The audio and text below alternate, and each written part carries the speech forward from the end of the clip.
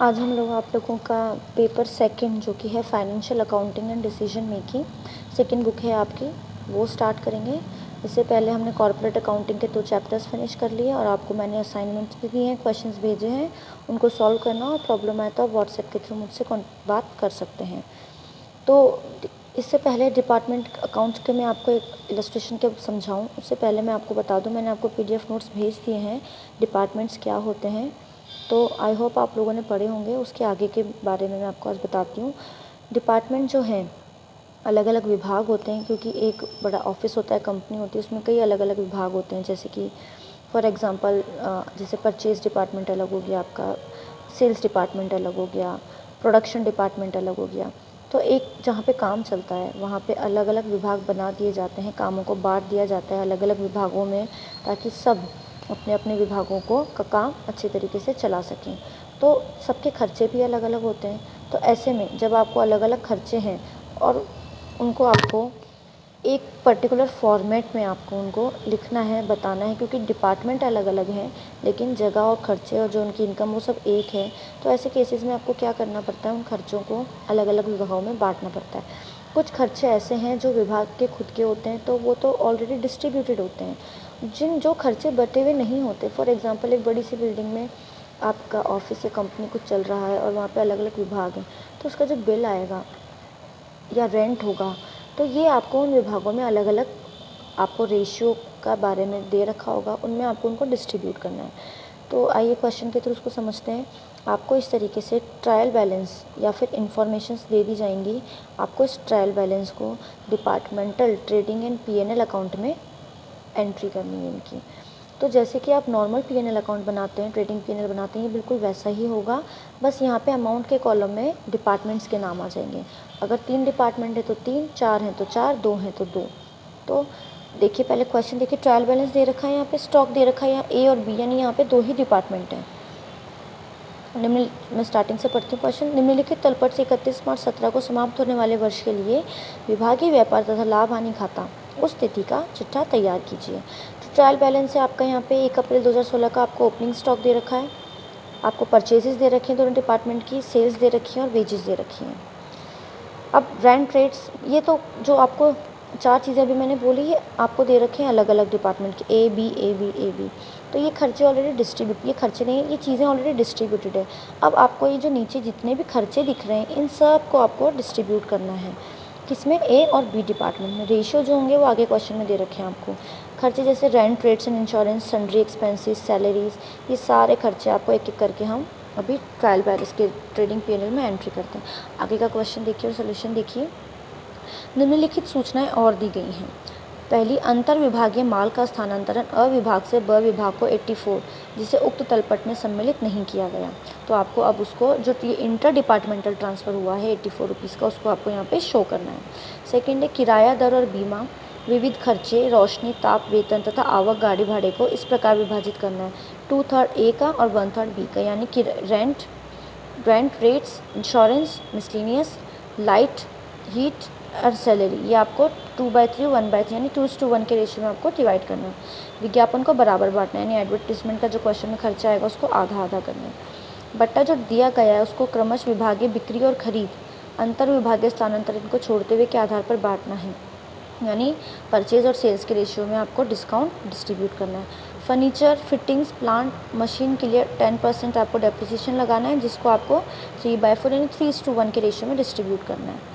B और अ विभाग के लिए दी गई सेवाएं 100 रुपये जो विभाग बी की मजदूरी में सम्मिलित हुई हैं, तो आपको ये अलग से हटानी पड़ेंगी। 31 मार्च का क्लोजिंग स्टॉक दोनों के दे रखे हैं, ए के और बी के। तो आपको ट्रेडिंग P&L अकाउंट बनाना है। यहाँ पे अलग 2 विभाग है, ए और बी, और सूचनाएं आपको दे दी गई हैं, तो इनके लिए आपको क्या करना है, एक ट्रेडिंग P&L अकाउंट बनाना है। लेकिन आगे आप एक वर्ड और जोड़ देंगे, डिपार्टमेंटल, क्योंकि ये विभागीय खाता है। हम चैप्टर पढ़ रहे हैं विभागीय लेखे डिपार्टमेंटल अकाउंट्स, तो यहाँ पे आपको डिपार्टमेंटल खाते बनाने हैं, जिसमें कि बनाना है, अभी आप बनाना सीख रहे हैं ट्रेडिंग एंड P&L। तो देखिए, आप पहले ट्रेडिंग अकाउंट आएगा, ट्रेडिंग अकाउंट में सबसे पहले एंट्री होगी ओपनिंग स्टॉक की, फिर सबसे लास्ट एंट्री जो होती है उसके लास्ट में यहाँ पे हम क्लोजिंग स्टॉक लिख देते हैं। ये आप लोग पहले पढ़ के आ चुके हैं। फिर ओपनिंग स्टॉक के बाद परचेजेस आता है, उसके बाद सारी चीज़ें आती हैं। क्रेडिट साइड की मैं बात करूँ तो सबसे पहले बाय सेल्स आता है। तो हम पहले क्वेश्चन देखते हैं और एक एक करके हम इनको करते चलते हैं। देखिए क्वेश्चन में सबसे पहले ओपनिंग स्टॉक दे रखा था, ये आ जाएगा सबसे पहले ट्रेडिंग अकाउंट में स्टार्टिंग की एंट्री ए और बी डिपार्टमेंट की, अमाउंट मेंशन है यहाँ पे 2। फिर परचेसेस आ जाएगा, स्टॉक के जस्ट नीचे परचेसेस आता है। सेल्स आ जाएगी आपकी क्रेडिट साइड में जो मैंने बता दिया आपको, और वेजेस आ जाएगी क्योंकि ये खर्चा है तो आपके डेबिट साइड में आ जाएगी। तो हमने ये चारों चीज़ें जो हमें गिवन थी इनकी हमने एंट्री कर ली थी। ये देखिए ओपनिंग स्टॉक, परचेजेस नहीं वेजेस था, सेल्स और क्लोजिंग स्टॉक भी आपको क्वेश्चन में यहाँ पे मेंशन था, आपने यहाँ पे लिख लिया। तो देखिए अब आगे के एक एक पॉइंट हम पढ़ते चलते हैं, उनकी एंट्री हम करते चलते हैं। पहला है रेंट, रेंट्स एंड इंश्योरेंस, जिसके लिए आपको बोला गया था कि इनकी जो खर्चे हैं वो 2:1 के रेशो में डिस्ट्रीब्यूट करना है। तो 1878 इसका खर्चा है, 1878 इसका खर्चा है। तो अब क्योंकि ये टर्म कौन सा है, रेंट, रेंट्स एंड इंश्योरेंस, ये पीएनएल का टर्म है, ये ट्रेडिंग का टर्म नहीं है। तो यहाँ पे हम कुछ अमाउंट छोड़ के, देखिए ट्रेडिंग पीएनएल बनाते हैं, आपको पता होगा कि कुछ यहाँ पे स्पेस छोड़ के आप नीचे पीएनएल बनाएंगे। तो यहाँ पे आप लिख देंगे to rent, rents and insurance 187 का खर्चा है, जिसको आप 2:1 के रेशियो में डिस्ट्रीब्यूट कर देंगे। सेकेंड खर्चा है आपका सन्ड्री एक्सपेंसेस का, जिसके लिए भी आपको बोला है 2:1 में आपको इसको डिस्ट्रीब्यूट करना है। ये हमने कर दिया यहाँ पे, ये देखिए 720 का टोटल, यहाँ पर टोटल का कॉलम भी दे रखा है। उसके बाद आया है हमारा क्वेश्चन में सैलरीज के लिए बोला है आपको यहाँ पर 2:1 के रेशियो में, तो ये हमने 2:1 के रेशियो में डिवाइड कर दिया। Lighting and heat and next, वो भी आपको 2:1 के रेशियो में डिवाइड करना है, टोटल इसका 420। ये सब क्वेश्चन में दे रखा है, आप अपनी तरफ से सिर्फ इसको डिस्ट्रीब्यूट कर रहे हैं रेशियो में। अब नेक्स्ट आता है डिस्काउंट अलाउड यानी कि हमने डिस्काउंट दिया, तो डिस्काउंट अलाउड है आपका यहाँ पे। देखिए क्योंकि पीएनएल का टर्म है तो डेबिट में आएगा, क्योंकि आपने अलाउ किया है तो लॉस है आपके, डिस्काउंट अलाउड यहाँ आ गया। टोटल आपका था 444 अमाउंट, जो कि इस रेशियो में डिवाइड हो गई। कैसे डिवाइड हुआ, क्वेश्चन में आपको बोला था कि आपको ये देखिए यहाँ पे दे रखा है, बट्टा जो दिया गया और प्राप्त हो उसको क्रमश विभाग के बिक्री और खरीद के रेशियो में आपको यहाँ करना है। तो अभी डिस्काउंट अलाउ, हम डिस्काउंट का देते कब हैं, जब बिक्री करते हैं तब हम सामने वाले कस्टमर को डिस्काउंट देते हैं। तो ये जो बट्टा है वो सेल्स रेशियो में डिस्ट्रीब्यूट होगा, क्योंकि हमने सेल्स होने पे दिया है। सेल्स का रेशियो यहाँ दे रखा है आपका 1:160 इस रेशियो में आप जो इनकी राशि है डिस्काउंट की 444 उसको आप डिवाइड कर देंगे। तो देखिए डिस्काउंट अलाउड के बाद है एडवर्टाइजिंग भी आपका खर्चा है पीएनएल का, और इसके लिए आपको बोला था कि बराबर बांटना है। तो ये देखिए आपने यहाँ पर ये एडवर्टीज़मेंट को यहाँ पे आपने आधा कर दिया, 736 रुपये टोटल है, 368 इसको हमने इक्वल डिस्ट्रीब्यूट कर दिया। नेक्स्ट देखिए एडवर्टीज़मेंट के बाद है कैरियज इनवर्ड के लिए यहाँ पे आपको बोला है आवक गाड़ी को भी आपको 2:1 के रेशियो में बांटना है। अब क्योंकि कैरियज इनवर्ड आपके ट्रेडिंग से रिलेटेड है तो आपके ट्रेडिंग का टर्म है, और क्योंकि ये खर्चा है तो ट्रेडिंग के डेबिट साइड में आ जाएगा ये, और आप इसको 2:1 में डिस्ट्रीब्यूट कर देंगे। 468 टोटल है तो हाफ आप 2:1 के रेशियो में यहाँ पे इसको डिस्ट्रीब्यूट कर देंगे। कैरिज इनवर्ट के बाद आएगा furniture and fitting, plant and machinery. तो फर्नीचर एंड फिटिंग और प्लांट एंड मशीनरी पे आपको 10% डेप्रिसिएशन लगाना है, जो कि आपको 3:1 में डिस्ट्रीब्यूट करना है।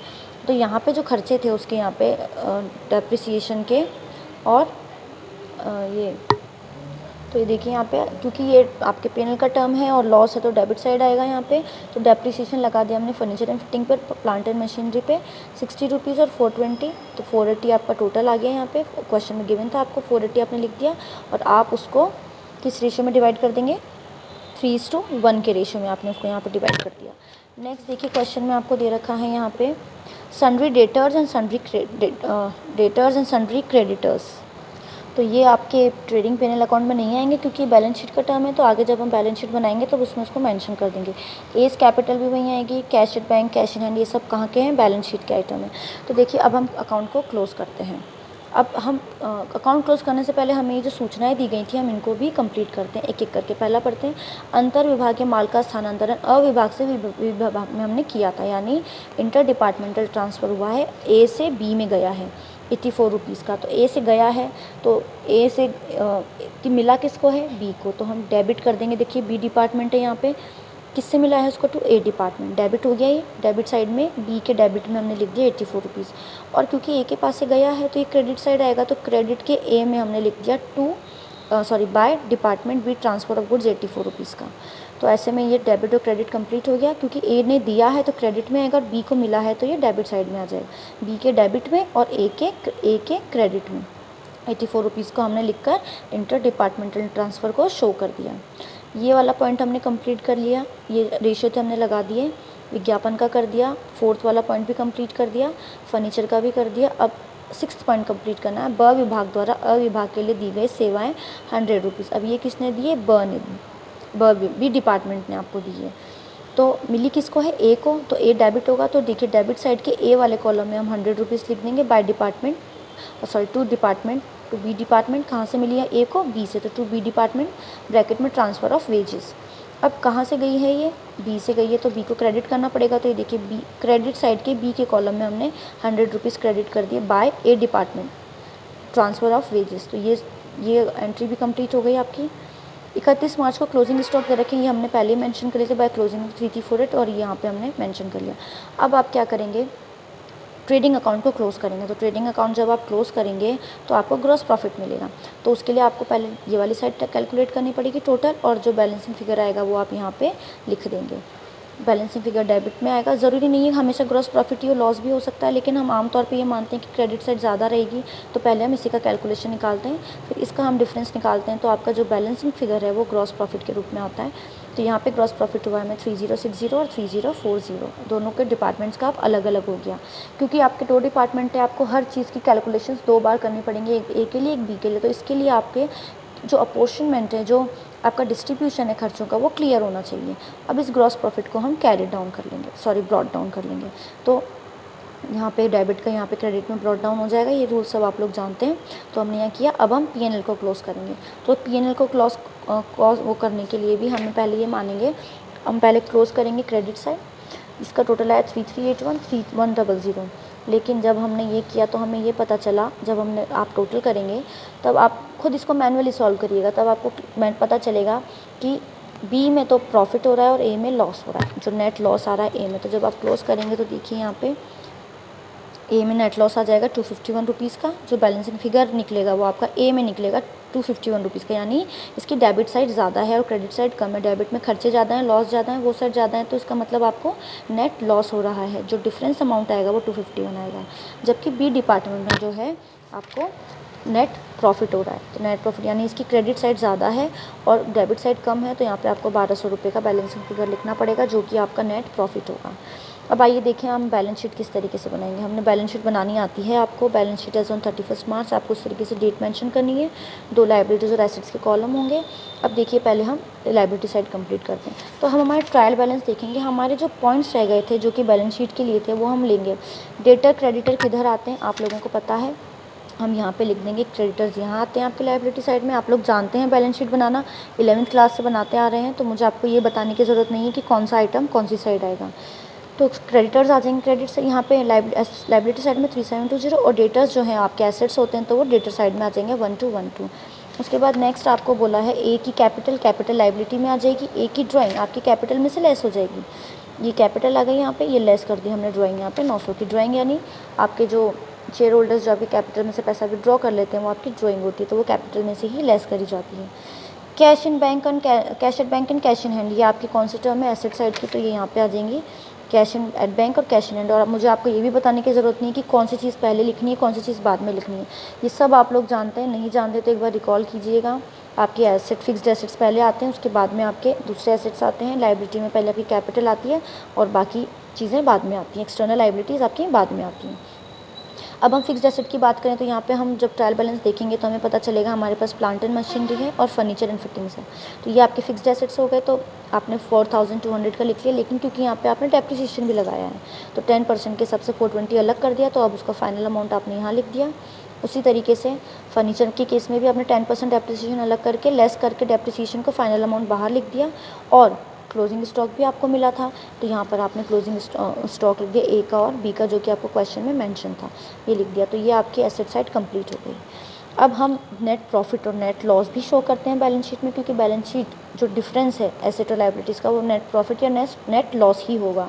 तो यहाँ पे देखिए बी का तो प्रॉफिट था तो हमने ऐड कर दिया, लॉस था किसका ए का, तो वो हमने लेस कर दिया, तो फाइनल अमाउंट यहाँ पे आ गया आपके 952 का। तो फिर उसमें से ड्राइंग लेस करके कैपिटल का फाइनल लिख दिया आपने 9584। तो बैलेंस शीट इस तरीके से बनती है, आप लोगों को आती होगी। क्वेश्चन को आप लोग मैनुअली भी सॉल्व करना, मैं आपको क्वेश्चन एक बार फिर दिखा देती हूँ। बैलेंस शीट का जो टोटल है वो ऑलवेज इक्वल होगा। ये देखिए ये आपका क्वेश्चन है, ये आपका ट्रायल बैलेंस है, आपको ये इन्फॉर्मेशन दे रखी है और बाकी की जो इन्फॉर्मेशंस हैं यानी कि आपको जो खर्चे हैं वो किस एक्सपेंस में डिस्ट्रीब्यूट करने हैं, किस रेशियो में, वो आपको ये दे रखा है। इस तरीके से सॉल्यूशन खुद क्वेश्चन को पढ़िए, सॉल्यूशन आप फॉर्मेट बना के खुद सॉल्व करेंगे तो आपको ज़्यादा समझ में आएगा। नेक्स्ट क्लास में हम इसके आगे के न्यूमेरिकल्स देखेंगे।